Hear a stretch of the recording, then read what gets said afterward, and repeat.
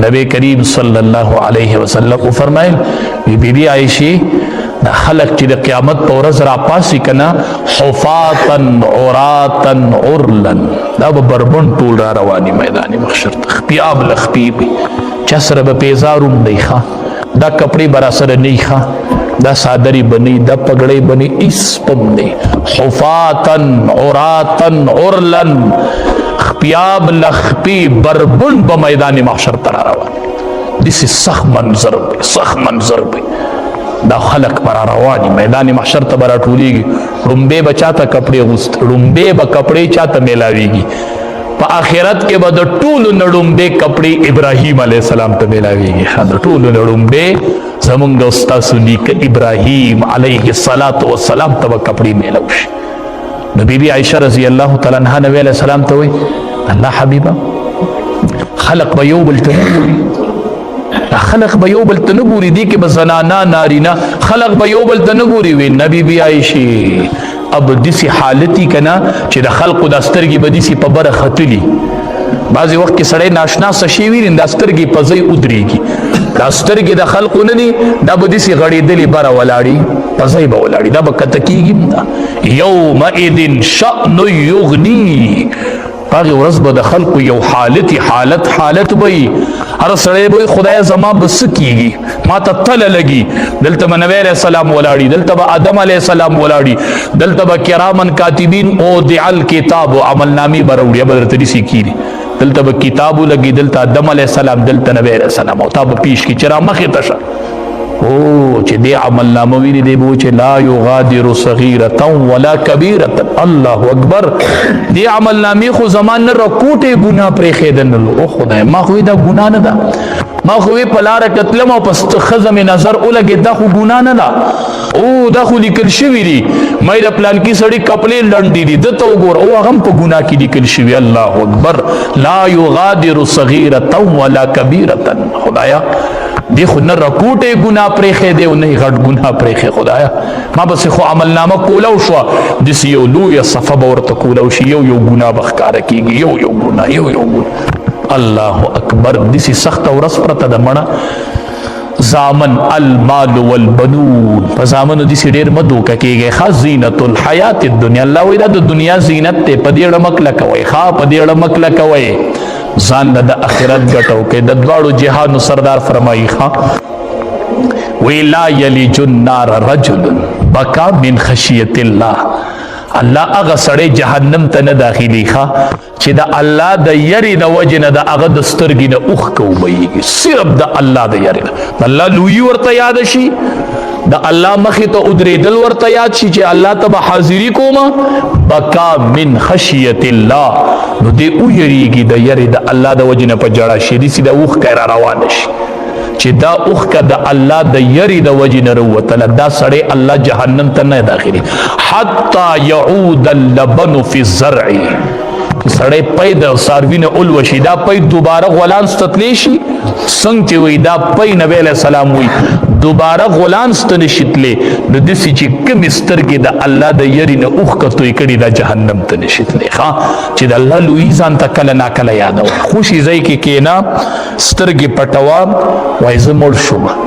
اعلان شو زما نوم واغستی شو پلانکې د پلانکي زوی وفات شو نن به یې په پلانکي ټیم جنازه وای زما جنازه ووتله خلق را له غسل راکوي څوک مې په یو طرف پړي څوک په بل طرف څوک وایي ما وله کفن راوړی دی څوک وایي ما وله راوړی څوک وایي زه وله پیټۍ جوړوم څوک وایي سترګې غړېدلي دي څوک وایي دا رنګ یې تور شوی دی دا خبرې را باندې خلکو شروع کړي زه مړ یم زما کټ اوچت شو خلک وایي تیز تیزي مه وړئ په قلاره وړئ موتو قبل ان تماتو نبی علیہ السلام وایي د مرګ نه مخکې مړه شئ د مرګ نه مخکې مړه شئ د مرګ نه مخکې ځان مړ تصور کړه چې زه مړ شم او ما باندې چې د پلانکي پیسې وي ما چې د پلانکي نه ځمکه لاندې کړې وه او ما سره خو حساب شروع شو او ما خو د هغې پیسو فکر نه و کړی په ما خو قرض دی په ما خو پردی حق دی اوس پسې چل کوم او قبر ته یې کوز کړم حساب شروع شو د الله دربار کې مې حاضري ولګېدله ملایک راله لاړل ناشنا مخلوق را باندې راغی نه مور شته او نه خور شته او نه پلار شته ځان ته اخرت یادو ځان ته اخرت یادو نبی علیہ السلام فرمایي کما تصپت د کدا تاسو ته معلوم شو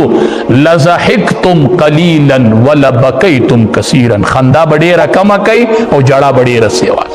تاسو چې خندا سیوا ده او جړام کم ده کامیاب نه یې البا کامیابیږي چې د دې سترګې نه اوخ کډیره بهیږي جړه ډیره شي او خندا کم شي او دین نبی علیہ السلام فرمایي چې په کوم سړي باندې د الله په لار کې دوړه ولګېده کنه په دې وجود یې دوړه ولګېده فی سبیل الله په لاره د الله کې وتلی و په دې وجود یې دوړه ولګېدله په دې وجود یې دوړه ولګېدله نو دا دوړه چې دا نشي جمع کېدی غبار جهنم دخان جهنم دا لوړه دا په د باندې چې کومه دوړه لګېدلې ده دا د دوړې د جهنم سره نشي جمع کېدی چې د الله په لار کې په چا دوړه ولګي نو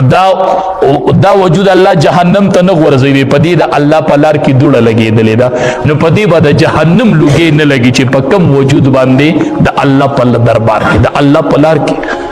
الله وختونه ولګو د الله په لار کې سفر شروع کړي د آخرت فکر شروع کړي ځان له آخرت ګټي شروع کو عطا الله شاه بخاری رحمت الله علیه نه چا تاسو کو وی حضرت ژوند د څنګه تیریږي وی نیم پریل کې او نیم پجیل کې وی نیم می پریل کې وته د دین د پاره سفر کوم او چې د ریل نو کوزیګه مجونی ولې یم وی نیم پریل کې او نیم پجیل کې وی نیم عمر پریل کې لاړو نیم عمر می پجیل کې لاړ بس ژوند دې تیر یو ورځ دې جیل کا کنه پجیل کې تلاوت شروع چې په جیل کې د قرآن تلاوت شروع کړ یو انګریز پسې راغی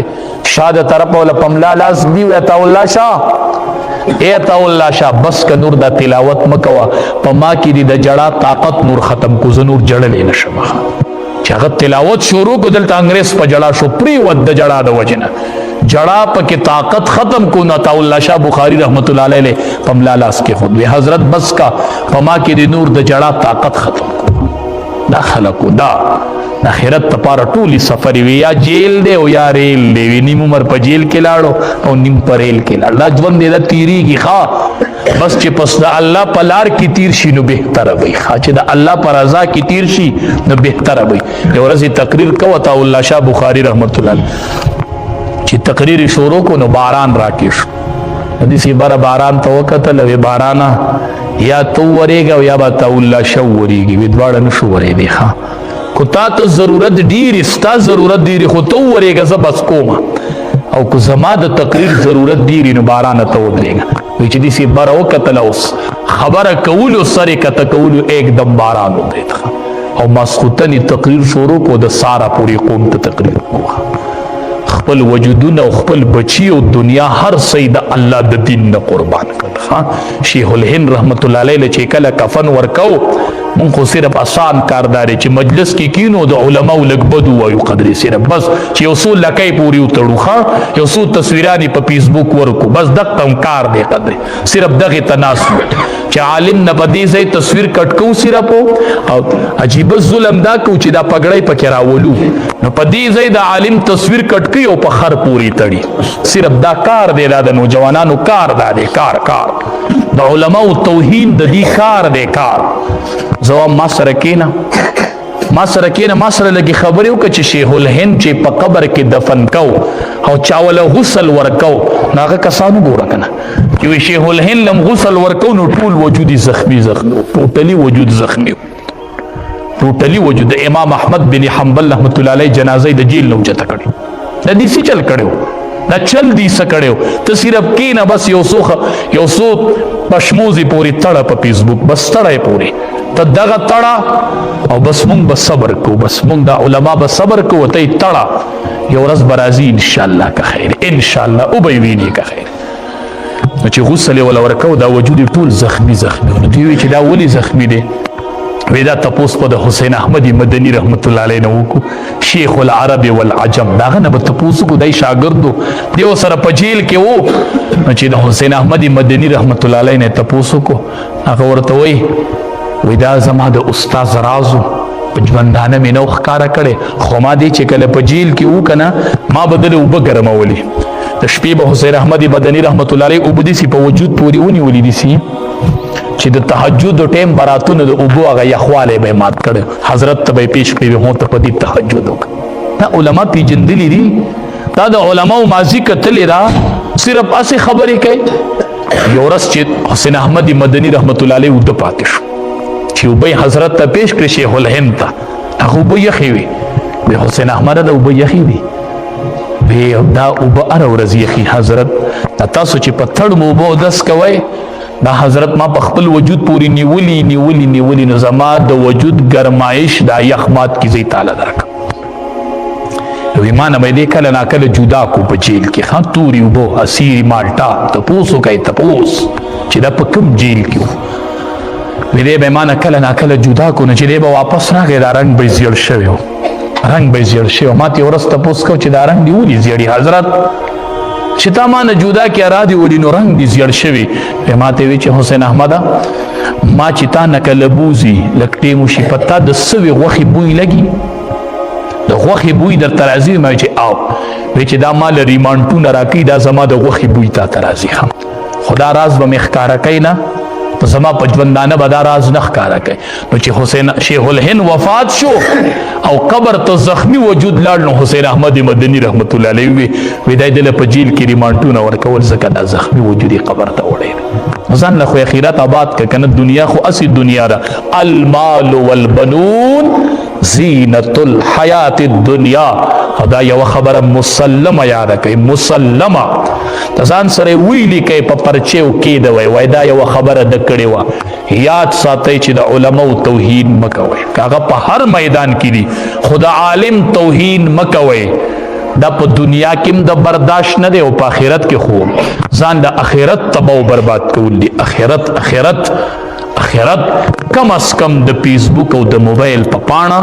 د علماء نم د لاسونه راون غاړي دا درته کله خبره کوم غره سبب جاړي په دې دنیا کې بجاړي چې دا به سکړیو نو د علماء د توحید د جبر راون غاړي لاسونه راون غاړي خپل بچی راون غاړي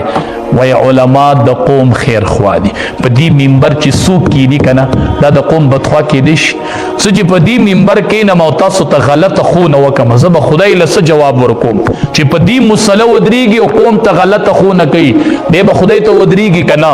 دا مصلی د چاوا دا منبر دا د حسنینو د بابا منبر دی خان دا د چا منبرو دا د هغه حسنینو د بابا منبر دی چې یو میاش پتی دشمن لري وروب په ورزید وی نبی علیہ السلام ورځ عمر فاروق رضی الله تعالی عنہ تقریر کو د نبی علیہ السلام نو سیر راغی وی کوش زما د بابا د منبر نوی ته ولی زما د بابا په منبر تقریر اترا کوش وی دا خبره درته چا کړی نه خپل خبره د زما د بابا منبر نه خو قربان د صحابهونه نبی علیہ السلام منبر چې 3 پاونه وخا نو نبی علیہ السلام په دې 3 پاونه کې نه صبر نو چې کله وفات شو نو ابوبکر صدیق رضی الله تعالی عنہ بیا په 2 پاونه کې نه د مرګ پوری په 3 پاونه نه دی ناس خاوی په دې امام الانبیاء ناس او چې هغه وفات شو نو عمر فاروق رضی الله تعالی عنہ په 3 پاونه کې نه په دې 2 ابوبکر صدیق ناسوخه دسی ادب او احترام صحابه ویزوخه چې تقریر پې کوا دا بیا کې ناس تقریر شروع کو خلق ته وی را کوز زکه شوما چې دا چا د بابا منبر وغیرہ ته وی چې مکه په تقریر جرا کوش حضرت بیا وی چې زکه و په بیا د حسنینو د بابا منبر دی بیا په تقریر کوما دا د حسنینو د بابا منبر دا امانت ته څنګه ستا سنت تپوس کیږي دسی به زمونږ د علماء د دې منبروم تپوس کیږي خا د دې مصلی برانم کیږي. الله دې مونږ له اول د عمل کولو توفیق راکړي. قیامت کې به یو کس دا کلمې به بار پرتی او دې به په دې سي ګرځي په کلمو به دې سي ګرځي غیر چا پیر خلق مولا راشي به چې هغه نه وي هغه مونږ ته چې به دې خې خبرې کوي خو هغه نه وي مونږ ته چې به دې دا کوي او دا مکوي دې ورته غیم کنه التقریرونه چې به دې مونږ ته کول هغه نه هغه یم کنه نو دا ولې دې ورته ما به تاسو ته وی او په خپل به مې په عمل نه کوونن مې دا حال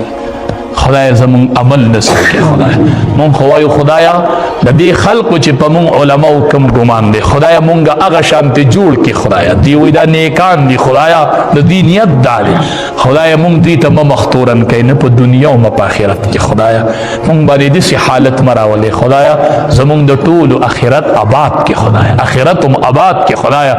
دنیا کې د چا څه پریشانی دي خدایا مالی دي جانی دي ځوانان دي بیماران دي خدایا ریش رشتي نشته دی رشتي شته دی خدای خو اولاد نشته نیک عمل او صالح اولاد ولا ورک یا الله د چا رشتي نه د جوړ رشتي نیکانی رشتي ولا ورک خدایا یا الله د بچی د ټول د والدینو تابعدار کې خدایا د والدینو نوکران کې خدایا د والدینو خدام کې خدایا د دې ځوانانو په ځوانو کې برکت ورواچ ځوانانو ځوانیم په دین زړې کوي ښا د عرش تلان دي چې او کسان ولاړي په یې کې یو شاب نشأ فی عبادت الله هغه ځوان وي چې په ځوانۍ کې د الله عبادت کړي ښا ځوانانو ځواني د عبادت ټیم دی یا الله د دې ټولو ځوانۍ په عبادت زړې کا خدایا د علماء سره چې دا څومره خلق مینه کې مونږ سره کې نور سره کې خدایا د امو د کمان راشي خدایا پیسې ټیکټونه وختونه دا ټول ولګي خدایا او مونږ لراشي خدایا مونږ سره اس نشته دی خدایا ته ول د دواړو جانو خوشاله ورکه یا الله دا مینه د اخرت د نجات ذریعہ وګرځي خدایا چې دا سترګې پټ دي شنو د علماء دا فری مینه ورته یاد کې خدایا دا پری چې به صحابه په پیغمبر مېونو خدایا دې سي پری په علماء وبین دي خدایا د علماء په صف کې ادرو په میدان محشر کې خدایا بچي حافظان او عالمان کې خدایا زمون اخرت آباد کې